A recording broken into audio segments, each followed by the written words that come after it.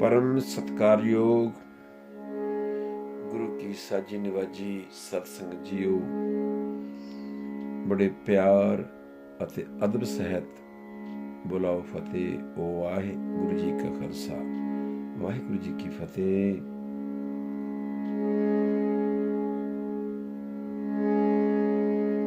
ਆਓ ਸੰਗਰਾਂਦ ਦੇ ਦਿਹਾੜੇ ਤੇ ਆਪਾਂ ਇਹਨੂੰ ਸਮਝੀਏ ਕਿ ਸਤਿਗੁਰੂ ਮਹਾਰਾਜ ਜੀ ਇਸ ਪਵਿੱਤਰ ਦਿਹਾੜੇ ਤੇ ਸਾਨੂੰ ਕੀ ਉਪਦੇਸ਼ ਦੇ ਰਹੇ ਨੇ। 12 ਮਹਾਂ ਲਿਖੇ ਨੇ ਗੁਰੂ ਗ੍ਰੰਥ ਸਾਹਿਬ ਦੇ ਅੰਦਰ। ਪਹਿਲੇ ਰਾਗ ਮਾਝ ਵਿੱਚ ਗੁਰੂ ਅਰਜਨ ਦੇਵ ਮਹਾਰਾਜ ਦਾ ਸ਼ਬਦ ਸਰਵਣ ਕਰਦੇ ਹਾਂ, ਉਹਦੇ ਨਾਲ ਹੀ ਰਾਗ ਤੁਖਾਰੀ ਵਿੱਚ ਗੁਰੂ ਨਾਨਕ ਦੇਵ ਮਹਾਰਾਜ ਜੀ ਦਾ ਉਚਾਰਨ ਕੀਤਾ ਹੋਇਆ ਜੋ ਸ਼ਬਦ ਹੈ। ਵੇਖਦੇ ਹਾਂ ਕਿ ਗੁਰੂ ਮਹਾਰਾਜ ਜੀ ਇਸ ਦਿਨ ਨੂੰ, ਸੰਗਰਾਂਦ ਨੂੰ ਕਿਵੇਂ ਸਾਨੂੰ ਕੀ ਉਪਦੇਸ਼ ਦੇ ਰਹੇ ਨੇ। ਆਗਿਆ ਬਖਸ਼ਿਸ਼ ਕਰੋ ਜੀ। ਮਗਰ ਮਾਹੀ ਸੁਹੰਦੀਆ,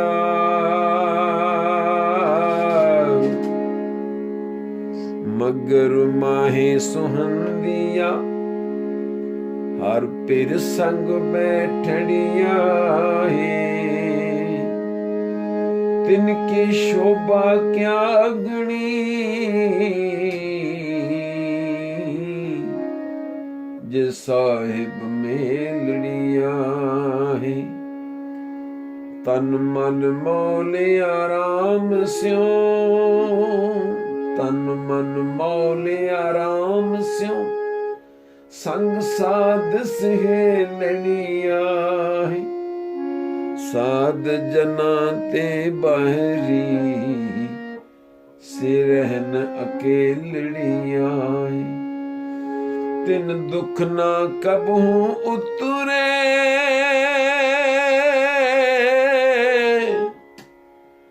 ਸੇ ਜਮ ਕੇ ਵਸ ਪੜੀਆਂ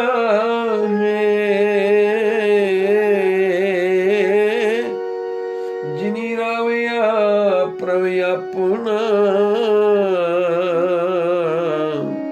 ਸੇ ਦਿਸਨ ਨਿਤ ਖੜੀਆਂ ਰਤਨ ਜਵੇ ਹਰ ਲਾਲ ਹਰ, ਕੰਠ ਤਨਾ ਜੜੀਆਂ ਨਾਨਕ ਬਾਂਛੈ ਧੂੜ ਤਿਨ, ਪ੍ਰਭ ਸਰਣੀ ਦਰ ਪੜੀਆਂ ਮਗਰ ਪ੍ਰਭ ਆਰਾਧਨਾ,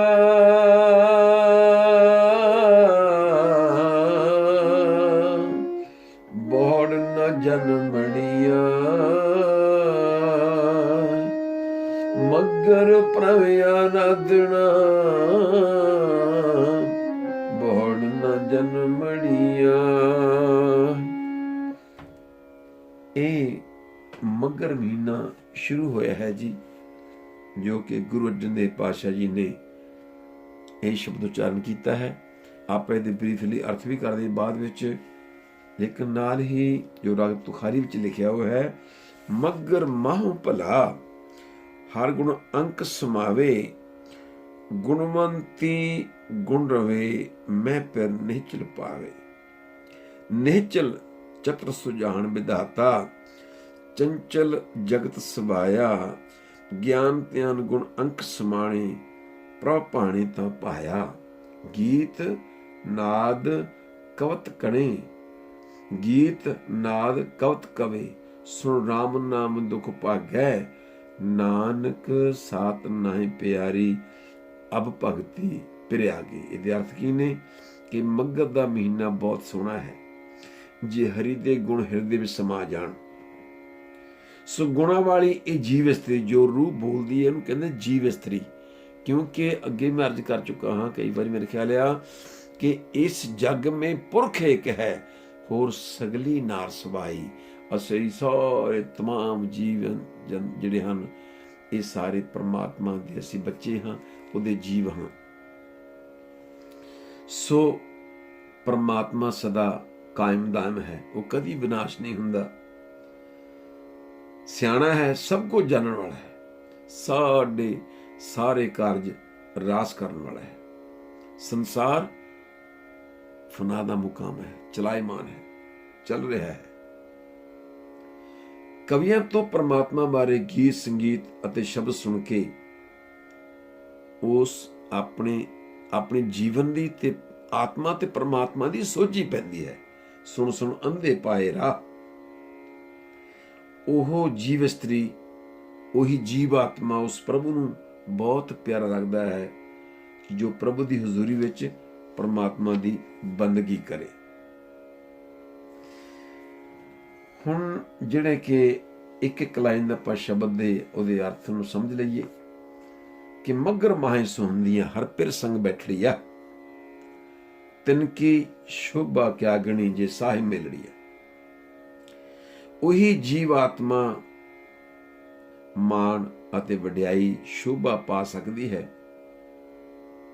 ਜਾਂ ਪਾ ਸਕਦਾ ਹੈ, ਕਹਿ ਲਈਏ, ਜੋ ਆਪਣੇ ਮਾਲਕ ਨੂੰ ਬਿਲਕੁਲ ਆਪਣੇ ਹਾਜ਼ਰ ਨਾਲ ਸਮਝਦੀ ਹੈ। ਜਿਸ ਘਰ ਵਸਿਆ ਕੰਤ ਸਾਬੜ ਭਾਗਣੇ, ਤਿਸ ਬਣਿਆ ਹਬ ਸਿਗਾਰ ਸਾਈ ਸੁਹਾਗਣੇ। ਉਹਦੀ ਬਹੁਤ ਉਪਮਾ, ਉਹਦੀ ਜਿਹੜੀ ਉਪਮਾ ਹੈ ਉਹਦਾ ਰੁਤਬਾ ਬਹੁਤ ਉੱਚਾ ਹੈ,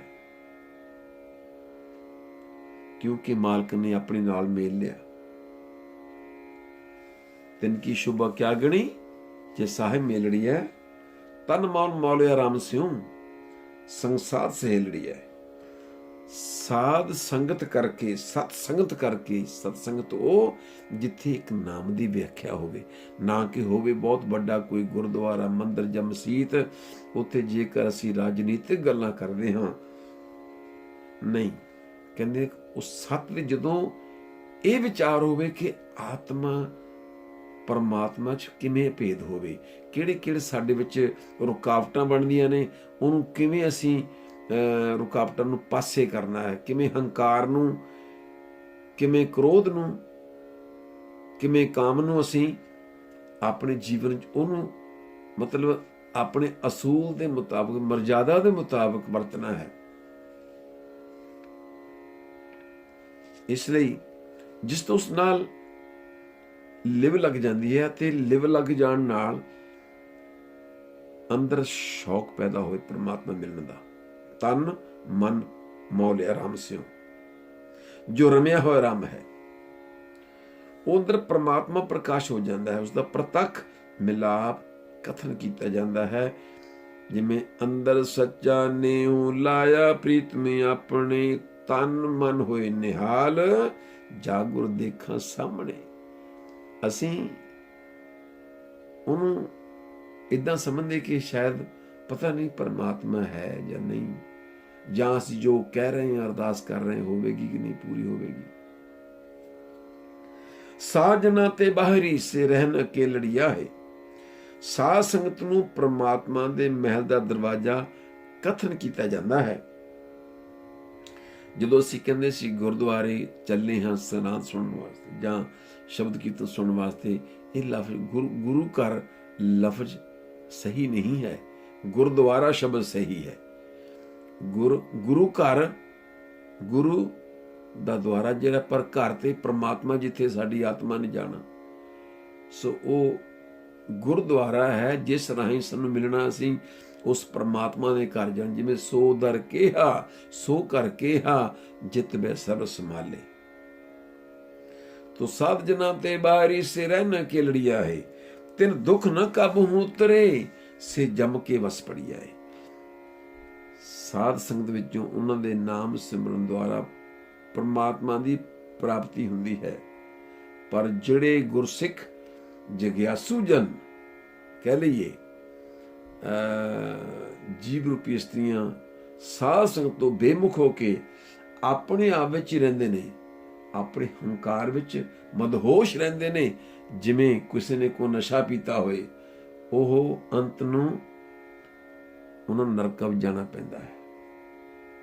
ਤਿੰਨ ਜੰਮ ਕੇ ਬਸ ਪੜੀਏ, ਉਹ ਜਮਾਂ ਦੇ ਬਸ ਪੈ ਜਾਣਗੇ।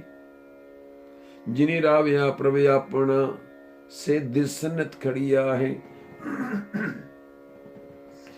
ਜੋ ਜਗਿਆਸੂ ਰੂਪੀ ਇਸਤਰੀਆਂ ਆਪਣੇ ਪਤੀ ਪਰਮਾਤਮਾ ਨੂੰ ਸਵਾਸ ਸਵਾਸ ਹਰ ਸਾਹ ਨਾਲ ਕਰ ਬੰਦੇ ਤੂੰ ਬੰਦਗੀ ਜਿਚਰ ਘਟ ਮੈਂ ਸਾ। ਜਿਨ੍ਹਾਂ ਦੀ ਅਵਸਥਾ ਇਹ ਹੈ ਉਹ ਸਦਾ ਹੀ ਅੰਗ ਸੰਗ ਦਿਸਦੇ ਹਨ, ਕਿਉਂਕਿ ਉਹ ਪ੍ਰਮਾਤਮਾ ਦਾ ਰੂਪ ਹੋ ਜਾਂਦੇ ਨੇ। ਸੇ ਦਿਸਨ ਨਿਤ ਖੜੀਏ, ਉਹਨਾਂ ਦਾ ਦੁਨੀਆ ਤੇ ਨਾਮ ਵੀ ਰਹਿੰਦਾ ਹੈ। ਨਾਮ ਰਹਿਓ ਸਾਧੂ ਰਹਿਓ ਗੁਰੂ ਗੋਬਿੰਦ। ਜਿਵੇਂ ਹੁਣ ਮੀਰਾਬਾਈ ਹੈ, ਕਹਿੰਦੇ ਕ੍ਰਿਸ਼ਨ ਭਗਵਾਨ ਦੀ ਉਪਾਸਕ ਸੀ, ਲੇਕਿਨ ਬਾਅਦ ਵਿੱਚ ਉਹਨਾਂ ਨੂੰ ਗੁਰੂ ਰਵਿਦਾਸ ਮਹਾਰਾਜ ਜੀ ਨਾਲ ਮਿਲਾਪ ਹੁੰਦਾ ਹੈ। ਸੋ ਕਹਿਣ ਦਾ ਮਤਲਬ ਹੈ ਕਿ ਉਹਨੇ ਐਸਾ ਲਗਨ ਲੱਗੀ ਉਹਦੀ ਜਵਾਨੀ ਵਿੱਚ ਹੀ,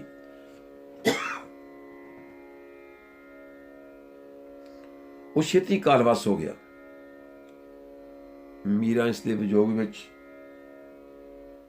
ਬਿਲਕੁਲ ਪਾਗਲਾਂ ਵਾਲੀ ਹਾਲਤ ਹੋ ਗਈ। ਬੜੇ ਭਰਮਣ ਕੀਤੇ, ਸਾਰੇ ਹਿੰਦੂ ਭਾਰਤ ਦੇ ਜਿੰਨੇ ਤੀਰਥ ਸਨ ਸਾਰਿਆਂ ਤੇ ਭਰਮਣ ਕੀਤਾ। ਬੜੀ ਸਫ਼ਰ ਕਿਵੇਂ ਕਿਵੇਂ ਕਰਕੇ ਪਹੁੰਚੇ, ਕਿਵੇਂ ਕਿਵੇਂ ਜਾ ਕੇ ਅਰਦਾਸ, ਲੇਕਿਨ ਮਨ ਨੂੰ ਸ਼ਾਂਤੀ ਨਾ ਮਿਲੀ। ਇਸ ਗੱਲ ਤੋਂ ਦੁਖੀ ਹੋ ਕੇ ਮੀਰਾ ਦੇਵਰ ਨੇ ਇਸ ਨੂੰ ਮਾਰਨ ਵਾਸਤੇ, ਜਦੋਂ ਮਤਲਬ ਮੰਦਰ ਭਗਤੀ ਕਰ ਰਹੀ ਸੀ ਨਾ, ਕੀਰਤਨ ਕਰ ਰਹੀ ਸੀ, ਇੱਕ ਜ਼ਹਿਰੀ ਸੱਪ ਦਾ ਪਟਾਰਾ ਭੇਜਿਆ, ਜਿਸ ਨੂੰ ਮੀਰਾ ਨੇ ਆਪਣੇ ਗੁਰੂ ਦਾ ਰੂਪ ਸਮਝ ਕੇ ਗਲ ਵਿੱਚ ਪਾ ਲਿਆ। ਉਸ ਸੱਪ ਨੇ ਮੀਰਾ ਨੂੰ ਨੁਕਸਾਨ ਨਹੀਂ ਪਹੁੰਚਾਇਆ, ਸਗੋਂ ਦੋਸਤ ਬਣ ਗਿਆ।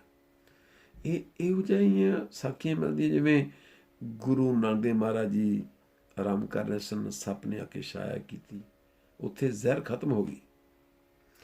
ਇਸੇ ਤਰ੍ਹਾਂ ਫਿਰ ਇੱਕ ਵਾਰ ਮੀਰਾ ਦੇ ਇਸ ਦੇਵਰ ਨੇ ਮੀਰਾ ਨੂੰ ਜ਼ਹਿਰ ਦਾ ਪਿਆਲਾ ਭੇਜਿਆ। ਮੀਰਾ ਭਗਤੀ 'ਚ ਲੀਨ ਸੀ। ਜਦੋਂ ਭਗਤੀ ਤੋਂ ਉਪਰਾਮ ਹੋਈ, ਉਹ ਪਿਆਲਾ ਉਸ ਨੂੰ ਪੇਸ਼ ਕੀਤਾ ਗਿਆ। ਮੀਰਾ ਨੇ ਅਰਦਾਸ ਕਰਕੇ ਪ੍ਰਮਾਤਮਾ ਦੇ ਚਰਨਾਂ ਵਿੱਚ ਉਹਦੇ ਵੱਲ ਵੇਖਿਆ, ਉਹ ਜ਼ਹਿਰ ਨਾ ਰਹੀ, ਉਹ ਜ਼ਹਿਰ ਨੇ ਵੀ ਅਸਰ ਨਾ ਕੀਤਾ। ਮੀਰਾ ਉਹ ਜ਼ਹਿਰ ਦਾ ਪਿਆਲਾ ਪੀ ਗਈ ਸੀ, ਆਪਾਂ ਸਾਰੇ ਜਾਣਦੇ। ਅੰਤ ਸਮੇਂ ਮੀਰਾ ਬਾਈ ਨੇ ਬਿੰਦਰਾ ਵਿੱਚ ਜਾ ਕੇ ਨਿਵਾਸ ਕੀਤਾ। ਭਗਵਾਨ ਦੀ ਭਗਤੀ ਭਜਨ ਦੇ ਰੰਗ ਵਿੱਚ ਲੋਕ ਕਹਿੰਦੇ ਮੀਰਾ ਪਾਗਲ ਹੋ ਗਈ, ਪਗਲੀ ਮੀਰਾ। ਕਹਿੰਦੇ ਹਾਂ, ਮੈਂ ਬਿਲਕੁਲ ਸੱਚੀ ਪਾਗਲ ਹੋ ਗਈ, ਕਿਉਂਕਿ ਅਸਲੀ ਗੱਲ ਨੂੰ ਪਾ ਲਿਆ। ਜਿਨ੍ਹਾਂ ਨੇ ਆਪਣੇ ਅਸਲੀ ਰਮਜ ਨੂੰ ਸਮਝ ਕੇ ਪਰਮਾਤਮਾ ਬੰਦੀ ਕਰਨ ਲੱਗ ਪਏ, ਸੰਸਾਰ ਨਾਲ ਮੋਹ ਤੋੜ ਕੇ ਉਹ ਅਸਲੀ ਗੱਲ ਨੂੰ ਪਾ ਲਿਆ, ਲੇਕਿਨ ਦੁਨੀਆ ਲਈ ਉਹ ਪਾਗਲ ਹੈ। ਰਤਨ ਜਵੇ ਹਰ ਲਾਲ ਹਰ ਕੰਠਤ ਨਾ ਜੜੀ ਆਹੀ।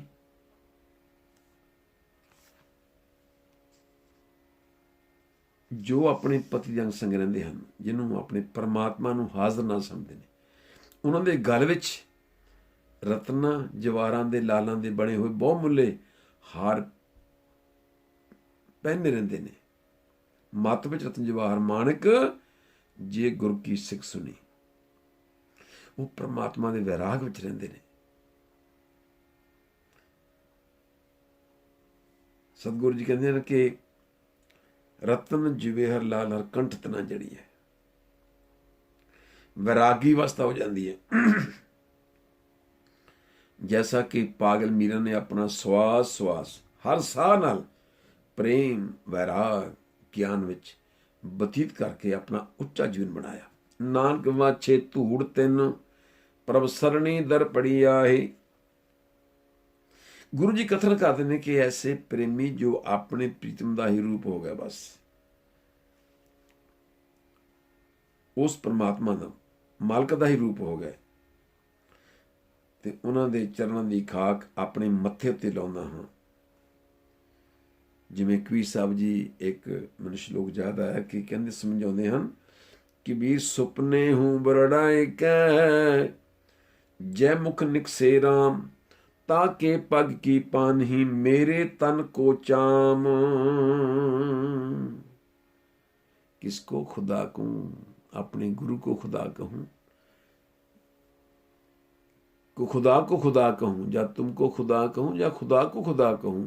अरे दोनों का रूप एक है, दोनों की शक्ल एक है, किसको खुदा कहूं? रांझा रांझा कर दीनी में आपे रांझा होई, सदो निमन तींदो रांझा में हीर ना आखो कोई। तू तू करता तू हूं, मुझ में रहा न हूं।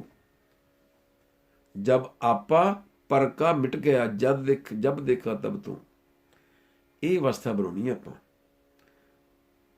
ਇਹੀ ਫਾਇਦਾ ਹੈ ਇਹ ਵਿਚਾਰ ਕਰਨ ਦਾ, ਸਤਸੰਗਤ ਕਰਨ ਦਾ, ਗੁਰਦੁਆਰੇ ਜਾਣ ਦਾ, ਜਦੋਂ ਸਾਨੂੰ ਇਹ ਗੱਲ ਸਮਝ ਆ ਜਾਏ।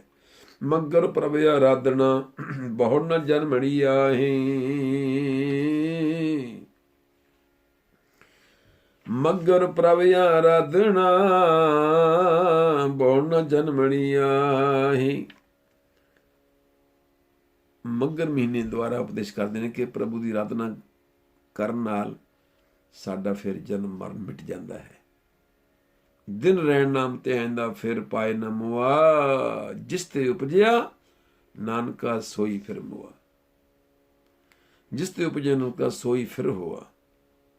ਦਿਨ ਰਹਿਣ ਨਾਮ ਤੇ ਆਇੰਦਾ ਫਿਰ ਪਾਏ ਨਾ ਮੁਆ, ਜਿਸ ਤੇ ਉਪਜਿਆ ਨਾਨਕਾ ਸੋਈ ਫਿਰ ਹੋਆ। ਜਿੱਥੋਂ ਜੀਵਾਤਮਾ ਆਈ ਸੀ, ਪਰਮਾਤਮਾ ਵਿੱਚ ਅਭੇਦ ਹੋ ਗਈ। ਸੋ ਇਹਨੂੰ ਅਸੀਂ ਕਵਿਤਾ ਰਾਹੀਂ ਪੇਸ਼ ਕਰਾਂਗੇ। ਬੜੇ ਪਿਆਰ ਨਾਲ ਸਰਵਣ ਕਰੋ ਜੀ।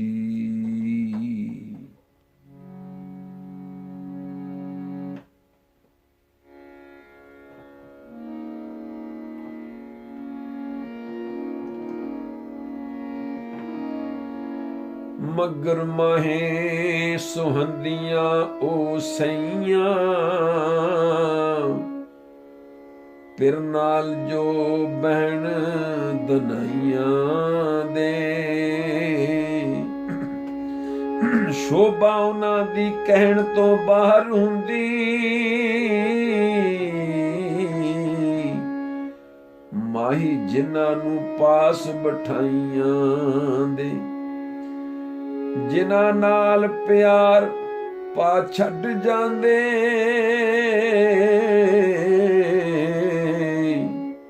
ਮੰਦੇ ਹਾਲ ਨੇ ਉਹਨਾਂ ਹਮਸਾਈਆਂ ਦੇ।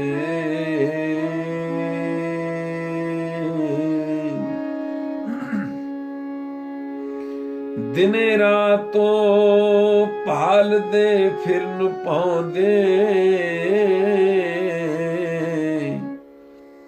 ਅੱਠੇ ਪਹਿਰ ਹੋ ਵਾਂਗ ਸ਼ੁਦਾਈਆਂ ਦੇ। ਪੁੱਛੇ ਹਾਲ ਜੇ ਉਹਨਾਂ ਨੂੰ ਕਹਿਣ ਅੱਗੋਂ,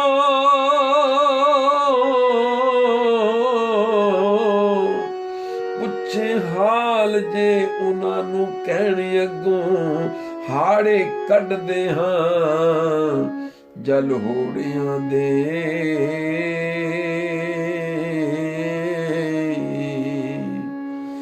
ਪਾਵਾਂ ਵਾਸਤਾ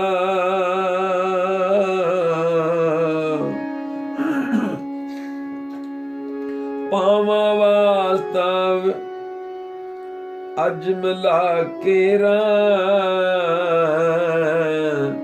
ਚੱਲੇ ਜਾਣ ਨਾ ਦੁੱਖ ਵਿਛੋੜਿਆਂ ਦੇ। ਪਾਵਾਂ ਵਾਸਤਾ ਵੀਰ ਮਿਲਾ ਕੇ ਪਾਵਾਂ ਵਾਸਤਾ ਅੱਜ ਮਿਲਾ ਕੇ ਪਾਵਾਂ ਵਾਸਤਾ ਵੀਰ ਮਿਲਾ ਕੇ ਚੱਲੇ ਜਾਣ ਨਾ ਦੁੱਖ ਵਿਛੋੜਿਆਂ ਦੇ। ਚੱਲੇ ਜਾਣ ਨਾ ਦੁੱਖ ਵਿਛੋੜਿਆਂ ਦੇ।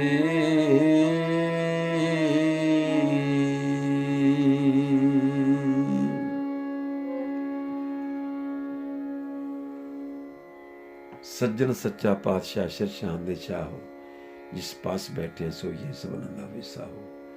ਸੋ ਅੱਜ ਮੱਘਰ ਦਾ ਮਹੀਨਾ ਪ੍ਰਾਰੰਭ ਹੋਇਆ ਹੈ। ਸੋ ਆਪਾਂ ਇਸ ਪਰਮਾਤਮਾ ਨੂੰ, ਮਾਲਕ ਨੂੰ ਚੇਤੇ ਕਰਨ। ਵੈਸੇ ਸੰਗਰਾਮ ਦਾ ਸ਼ਬਦ ਇਹ ਸੰਸਕ੍ਰਿਤ ਦਾ ਸ਼ਬਦ ਹੈ। ਇਹ ਸੰਕਰਾਂਤ ਦਾ ਵਿਗੜਿਆ ਹੋਇਆ ਰੂਪ ਹੈ, ਜਾਣੀ ਕਿ ਜਿਸ ਦਾ ਅਰਥ ਹੈ ਕਿ ਸੂਰਜ ਦਾ ਇੱਕ ਰਾਸ ਤੋਂ ਦੂਜੇ ਵਿੱਚ ਲੰਘਣਾ। ਵਿਕਰਾਂਜੀਤੀ ਸਾਲ ਦੇ ਨਾ 12 ਮਹੀਨੇ ਦਾ ਸੰਬੰਧ ਸੂਰਜ ਦੇ ਚਾਲ ਨਾਲ ਹੈ। ਹਰ ਦੇਸੀ ਮਹੀਨੇ ਤਰੀਕ ਸੂਰਜ ਇੱਕ ਰਾਸ ਛੱਡ ਕੇ ਦੂਜੇ ਵਿੱਚ ਪੈਰ ਧਰਦਾ ਹੈ। 12 ਮਹੀਨੇ ਤੇ 12 ਰਾਸ਼ੀਆਂ ਹਨ। ਜੋ ਲੋਕ ਸੂਰਜ ਦੇਵਤਾ ਦੀ ਉਪਾਸਨਾ ਕਰਨ, ਉਹਨਾਂ ਲਈ ਹਰੇਕ ਸਗਨ ਦਾ ਦਿਨ ਬੜਾ ਪਵਿੱਤਰ ਹੈ, ਕਿਉਂਕਿ ਉਸ ਦਿਨ ਸੂਰਜ ਦੇਵਤਾ ਇੱਕ ਰਾਸ ਨੂੰ ਛੱਡ ਕੇ ਦੂਜੀ ਵਿੱਚ ਆਉਂਦਾ ਹੈ। ਇਸ ਦਿਨ ਸੂਰਜ ਦੇਵਤਾ ਦੇ ਪੁਜਾਰੀਆਂ ਵੱਲੋਂ ਜਿਹੜੇ ਵੱਡੇ ਵੱਡੇ ਪਾਠ ਕੀਤੇ ਜਾਂਦੇ ਨੇ, ਤਾਂ ਜੋ ਸੂਰਜ ਦੇਵਤਾ ਇਸ ਨਵੀਂ ਰਾਸ ਵਿੱਚ ਰਹਿ ਕੇ ਆਪਣੇ ਪੁਜਾਰੀਆਂ ਲਈ ਸਾਰਾ ਮਹੀਨਾ ਚੰਗਾ ਚੰਗਾ ਲਗਾਏ। ਪਰ ਆਪਾਂ ਅੱਜ ਜਿਵੇਂ ਹੁਣੇ ਗੁਰਬਾਣੀ ਦੇ ਸ਼ਬਦ ਆਪਾਂ ਸਰਵਣ ਕੀਤੇ ਨੇ, ਗੁਰਸਿੱਖ ਸੂਰਜ ਦੇ ਪੁਜਾਰੀ ਨਹੀਂ, ਇਹ ਅਕਾਲ ਪੁਰਖ ਦੇ ਪੁਜਾਰੀ ਹਨ, ਸ਼ਬਦ ਦੇ ਪੁਜਾਰੀ ਹਨ। ਫਿਰ ਸਾਡਾ ਸੰਗਰਾਂਦ ਨਾਲ ਅਸੀਂ ਇੱਕ ਦਿਨ ਨੂੰ ਹੀ ਬੜਾ ਪਵਿੱਤਰ ਮੰਨ ਲਈਏ, ਕੀ ਸੰਬੰਧ ਰਹਿ ਜਾਂਦਾ? ਅਸੀਂ ਕਿਉਂ ਇਸ ਨੂੰ ਪਵਿੱਤਰ ਦਿਹਾੜਾ ਮੰਨਦੇ ਹਾਂ? ਸਾਡੇ ਗੁਰਦੁਆਰਿਆਂ ਵਿੱਚ ਸਾਡੇ ਆਪਣੇ ਪ੍ਰਚਾਰਕ, ਰਾਗੀ, ਢਾਡੀ, ਕੀਰਤਨ, ਕਥਾਕਾਰ ਅਰਦਾਸਾਂ ਵੀ ਕਰਦੇ, ਬੜੀਆਂ ਅਰਦਾਸਾਂ ਕੀਤੀਆਂ ਦਾਸ ਨੇ ਵੀ, ਕਿਉਂਕਿ ਡਿਊਟੀ ਕੀਤੀ ਹੈ।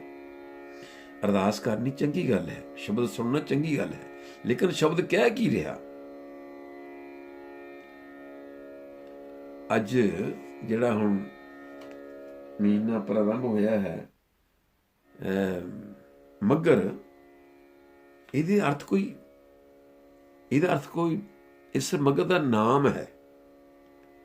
ਮਹਾਰਾਜ ਕਹਿੰਦੇ ਮਹਾਦਿਵਸ ਮੂਰਤ ਭਲੇ ਜਿਸ ਕੋ ਨਦਰ ਕਰੇ, ਨਾਨਕ ਮੰਗੇ। ਕਹਿੰਦੇ ਉਹ ਮਹੀਨਾ ਸਮਾਂ ਚੰਗਾ ਹੈ ਜਿਸ ਕੋ ਨਦਰ ਕਰੇ, ਪਰਮਾਤਮਾ ਨਜ਼ਰ ਹੋਵੇ।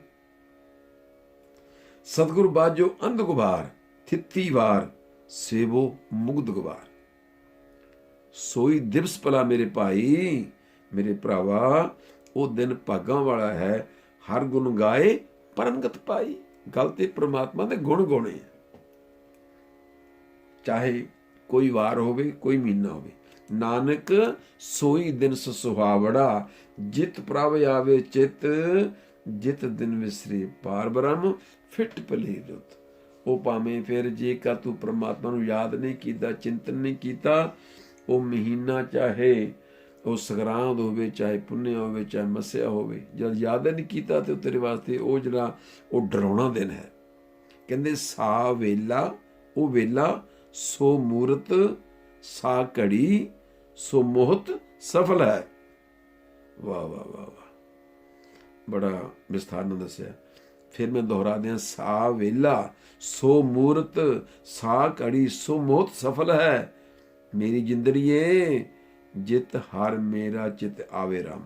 ਗੱਲ ਸਪਸ਼ਟ ਹੋ ਗਈ। ਹੁਣ ਇਸ ਤੋਂ ਅੱਗੇ ਵਿਚਾਰ ਨਾਲ ਲੈ ਕੇ ਜਾਈਏ। ਬੰਦੀ ਛੋੜ ਨਿਰੰਕਾਰ ਦੁਖਦਾਰੀ ਕਰਮ ਨਾ ਜਾਣਾ ਤਮ ਨਾ ਜਾਣਾ, ਲੋਭੀ ਮਾਇਆ ਤਾਰੀ।